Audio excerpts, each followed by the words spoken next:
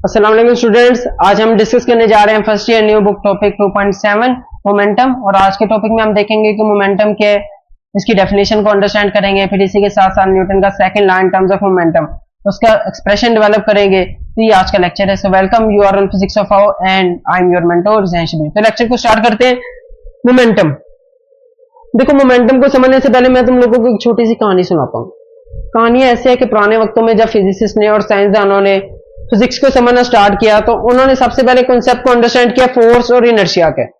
Force और inertia के concept को अंडरस्टैंड करने के बाद वो इसे अपनी प्रैक्टिकल लाइफ में इम्प्लीकेबल करवाने लग पड़े। फोर्स क्या होती है, उन्होंने देखा कि अगर किसी बॉडी को मुझे मूव कराना है तो उसके लिए मुझे फोर्स चाहिए, जोर लगाना पड़ेगा।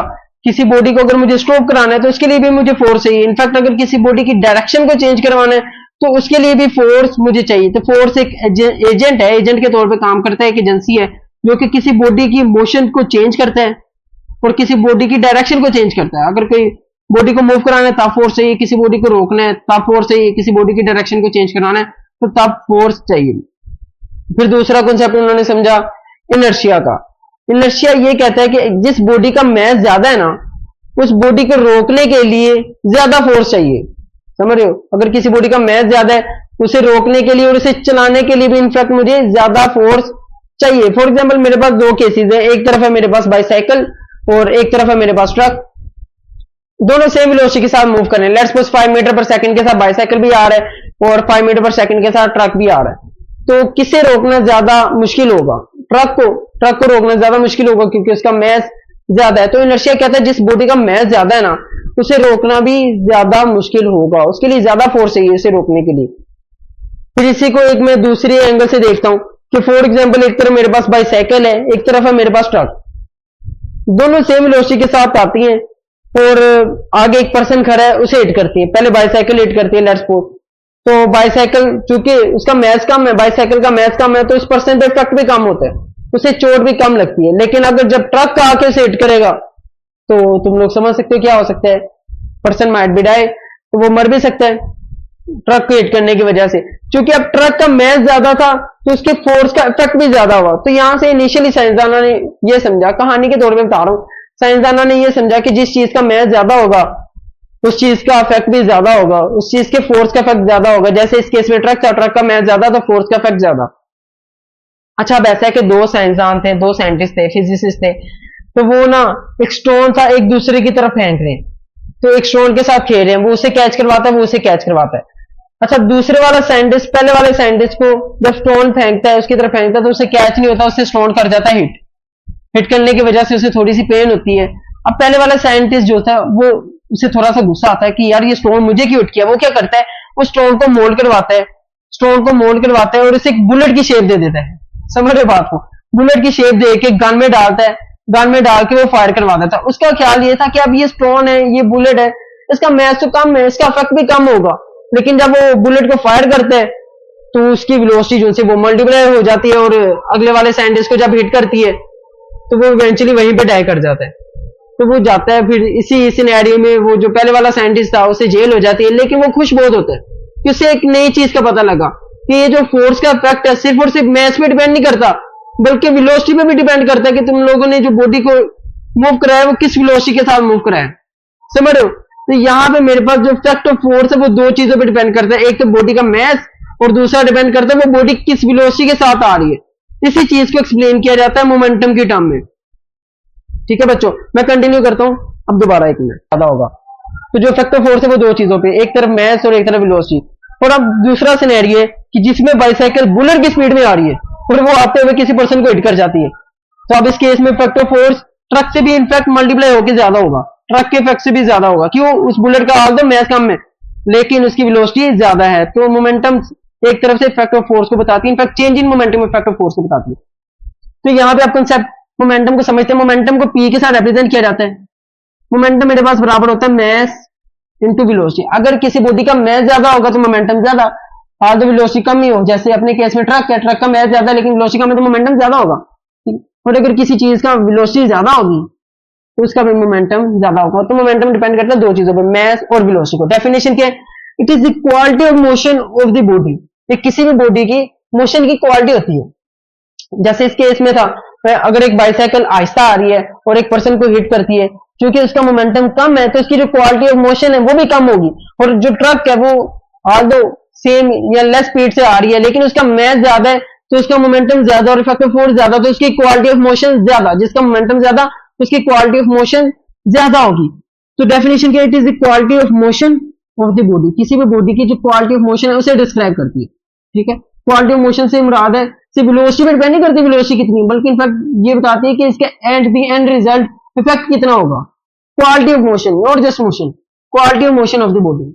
ओके, और ये मोमेंटम बताता है कि it tell us how much is difficult to stop an object, कि एक ऑब्जेक्ट को स्टॉप करना कितना मुश्किल हो सकता है। ठीक है, वही सिनेरियो ट्रक और बाइसाइकिल के एग्जांपल को तुम लोग क्लोज चेंजेबली कंसीडर कर सकते हो, समझ सकते हो कि अगर मेरे पास बाइसाइकिल बुलेट की स्पीड में आ रही है तो उसका मोमेंटम बहुत ज्यादा है क्योंकि उसकी वेलोसिटी बहुत ज्यादा है, तो मतलब इसे स्टॉप कराना बहुत मुश्किल होगा। तो यही है, it tell us how much is difficult to stop an object, तो जिसका मोमेंटम ज्यादा है उसे स्टॉप कराना उतना ज्यादा मुश्किल होगा। ये सिर्फ और सिर्फ इनर्शिया पर डिपेंड नहीं करता। तो मोमेंटम का फॉर्मूला क्या है, पी के साथ रिप्रेजेंट किया जाता है, p equal m into B.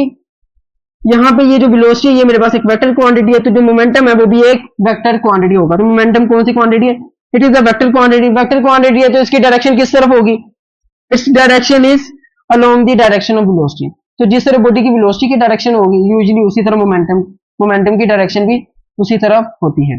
अगर बॉडी इस तरफ मूव करी, वेलोसिटी की डायरेक्शन इस तरफ है तो मोमेंटम की डायरेक्शन भी इसी तरफ होगी। ओके, डायरेक्शन ऑफ वेलोसिटी होगी मोमेंटम। और इसका यूनिट क्या है, मैं इसका यूनिट केजी, वेलोसिटी का मीटर पर सेकंड, तो इसका यूनिट होगा केजी मीटर पर सेकंड।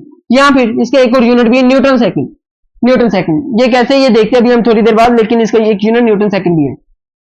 ओके, नाउ अब न्यूटन सेकंड लॉ, अपने टॉपिक के दूसरे पार्ट की तरफ आते हैं। Newton second law in terms of momentum.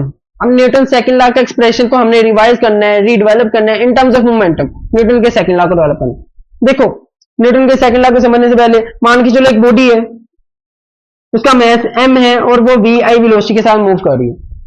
ठीक है, न्यूटन का सेकंड लॉ क्या कहते हैं, बॉडी में एक्सेलरेशन या चेंज इन वेलोसिटी सिर्फ और सिर्फ तभी होगा जब उस बॉडी पे फोर्स लगेगी। अब ये बॉडी मास m के साथ मूव कर रही है और इनिशियल वेलोसिटी v है, फिर क्या होता है, मैं इस बॉडी पे लगाता हूँ फोर्स और time interval t time interval के लिए मैं इस बॉडी पे लगाता हूँ फोर्स। इतने टाइम के लिए जब मैं बॉडी पे फोर्स लगाता हूं तो क्या होता है, फोर्स की वजह से बॉडी की वेलोसिटी चेंज होती है। अगर किसी बॉडी की वेलोसिटी मुझे चेंज करानी है तो उसके लिए मुझे फोर्स लगानी पड़ेगी। तो इनिशियल वेलोसिटी वी थी, जब मैं फोर्स लगाता हूं तो टाइम इंटरवल टी, बॉडी की वेलोसिटी हो जाती है वीएफ। अब चूंकि बॉडी में चेंज इन वेलोसिटी हुई, चेंज इन वेलोसिटी प्रेजेंट हुई ना, इनिशियल वी थी, फोर्स लगाने की वजह से वीएफ होगी, चेंज इन वेलोसिटी है तो इस बॉडी में एक्सेलरेशन प्रेजेंट होगा। एक्सेलरेशन क्या बताता है, rate of change of velocity, कि एक बॉडी की वेलोसिटी कितनी चेंज हो रही है। तो यही सारी डिस्क्रिप्शन मैंने यहाँ पे लिखी है। Consider a body of mass m, एक बॉडी है उसका मास m है, moving with initial velocity v, वो इनिशियल वेलोसिटी v के साथ मूव कर रही है। ठीक है, suppose an external force f exerts on a body for time interval t। मान के चलो कि एक फोर्स f उस बॉडी पे लगती है, कितने टाइम के लिए, t टाइम इंटरवल के लिए उस बॉडी पे ये फोर्स f लगती है। तो इसकी वजह से क्या होता है, बॉडी की वेलोसिटी चेंज हो जाती है, after which velocity becomes vf। तो इस फोर्स की वजह से बॉडी की वेलोसिटी टाइम इंटरवल t के बाद कितनी हो जाती है, vf हो जाती है। अब चेंज इन वेलोसिटी हुई है तो इसका मतलब बॉडी में एक्सेलरेशन पर रिड्यूस हुआ है, क्योंकि एक्सेलरेशन बताता है चेंज इन वेलोसिटी को, चेंज इन वेलोसिटी है तो एक्सेलरेशन है। देन एक्सेलरेशन विल बी, तो एक्सेलरेशन क्या होगा, चेंज इन वेलोसिटी। अब चेंज इन वेलोसिटी कितनी हुई है, vf माइनस vi, ये मेरे पास यहाँ से आ जाएगा change in velocity divided by time. तो यहाँ से मेरे पास आ जाएगा एक्सेलरेशन की इस बॉडी में कितना एक्सेलरेशन प्रोड्यूस हुआ है। अब न्यूटन का सेकंड लॉ क्या तुम लोगों ने पढ़ा हुआ है, since f equals m into a, Newton का सेकंड लॉ बताता है फोर्स इक्वल्स होती है मास इनटू एक्सेलरेशन के। तो यहाँ पे एक्सेलरेशन की वैल्यू यहाँ पे पुट करो, force will be equal to mass acceleration vf minus vi upon t। इस मास को अंदर मल्टीप्लाई करा दो, force will be equal to m vf minus m vi upon t। अब मास इनटू वेलोसिटी, अब मास इनटू वेलोसिटी क्या होता है, याद करो, थोड़ा सा रिकॉल करो, अभी हम डिस्कस करके आए। मास इनटू वेलोसिटी मोमेंटम बराबर होती है, मास इनटू वेलोसिटी तो होता है मोमेंटम। यहाँ पे मास इनटू फाइनल वेलोसिटी है तो ये होगा फाइनल मोमेंटम, बॉडी का final momentum, minus mass into initial velocity तो ये होगा बॉडी का initial momentum upon t। Final momentum minus initial momentum, ये मेरे पास बराबर होता है चेंज इन मोमेंटम के, तो फोर्स मेरे पास बराबर होगी change in momentum upon time. तो ये न्यूटन का सेकंड लॉ है। ये तो इन टर्म्स ऑफ एक्सेलरेशन था, but Newton second law in terms of momentum क्या है, rate of change of momentum is equal to force.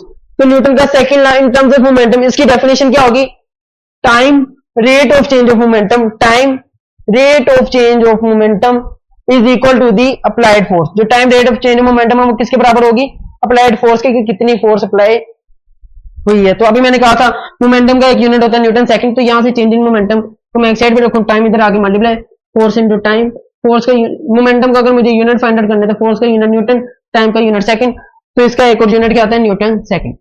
ठीक है बच्चों, अब ये जो न्यूटन का सेकंड लॉ तुम लोगों ने डेवलप किया ना in terms of change in momentum या rate of change of momentum, ये ज्यादा इंपॉर्टेंस रखता है as compare to F equals M into A. क्यों, इस फॉर्मूला को जरा देखो, यही है ना basically rate of change momentum, तो यही है force equal M B F minus M B A divide by T. इस फॉर्मूला की इंपॉर्टेंस इस वजह से ज्यादा है कि ये फॉर्मूला तुम लोग उन बॉडीज में भी अप्लाई कर सकते हो कि जिन बॉडीज में एक्सेलरेशन प्रोड्यूस हो रहा है लेकिन जो उनका मास है वो कांस्टेंट नहीं रह रहा। ये फॉर्मूला सिर्फ और सिर्फ उन बॉडीज पे वैलिड है कि जिन बॉडीज में एक्सेलरेशन प्रोड्यूस होता है। फॉर एग्जाम्पल गाड़ी है, उसमें एक्सेलरेशन प्रोड्यूस होता है, कैसे इनिशियल वेलोसिटी वी है और फाइनल वेलोसिटी वी एफ है, लेकिन उनका मास कांस्टेंट रहता है। अगर मास कांस्टेंट रहता है तो तब ये फॉर्मूला अप्लाई कर सकते हो, लेकिन कुछ ऐसी बॉडीज है जिनमें एक्सेलरेशन प्रोड्यूस होता है लेकिन उनका मास कांस्टेंट नहीं रहता। फॉर एग्जांपल रॉकेट है, रॉकेट में क्या हो रहा होता है, जैसे जैसे रॉकेट ऊपर जा रहा होता है तो उसमें जो फ्यूल है वो बर्न हो रहा होता है, बर्न होने की वजह से जो रॉकेट का, अब जो रॉकेट है उसमें फ्यूल एक बहुत ज्यादा मास ज्यादा रखता है रॉकेट में ना, मास की क्वांटिटी बहुत ज्यादा होती है फ्यूल्स की रॉकेट में। तो जब रॉकेट में फ्यूल बर्न करता है तो उसमें मास कम हो रहा होता है और रॉकेट क्या कर रहा होता है, एक्सेलरेट। वहां पे रॉकेट एक्सेलरेट तो कर रहा है ऊपर जाते हुए, लेकिन साथ ही साथ हर पॉइंट पे उसका मास भी कम होता जा रहा है क्योंकि फ्यूल बर्न होता जा रहा है। तो उस केस में तुम लोग ये वाला फॉर्मूला न्यूटन के सेकंड लॉ का ये वाला फॉर्मूला नहीं अप्लाई कर सकते, बल्कि इनफैक्ट तुम लोगों को लगाना पड़ेगा Newton second law in terms of momentum. तो ये वाला फॉर्मूला लगाना पड़ेगा। यहाँ पे ये जो मास है, यहाँ पे उस केस में जब बॉडी का मास चेंज हो रहा होगा तो यहाँ पे तुम लोग फाइनल मास और इनिशियल मास कंसीडर करोगे। फाइनल मास और इनिशियल मास ये बताता है कि बॉडी का मास चेंज हो रहा है, लेकिन अभी इसकी जरूरत नहीं है। तो यहाँ पे बुक ने चूंकि इसे रिप्रेजेंट नहीं किया तो मैं भी नहीं रिप्रेजेंट कर रहा, लेकिन इसका मतलब ये है डेफिनेशन को समझने के बाद जनरलाइजेशन, ये ज्यादा जनरलाइज फॉर्म है as compare to Newton this law F equal M into A.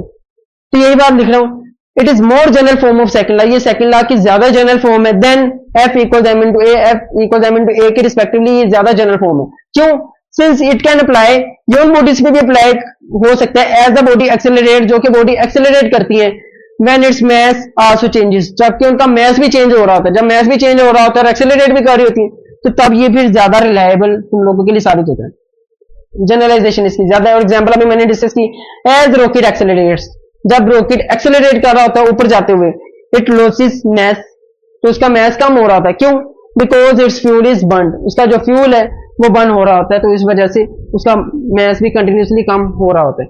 तो बच्चों ये आज का लेक्चर था जिसमें हमने स्टडी किया मोमेंटम, फिर न्यूटन के सेकंड लॉ का एक्सप्रेशन डेवलप किया इन टर्म्स ऑफ मोमेंटम। तो उम्मीद है तुम लोगों को ये लेक्चर पसंद आया होगा। इजाजत दो, अल्लाह हाफिज।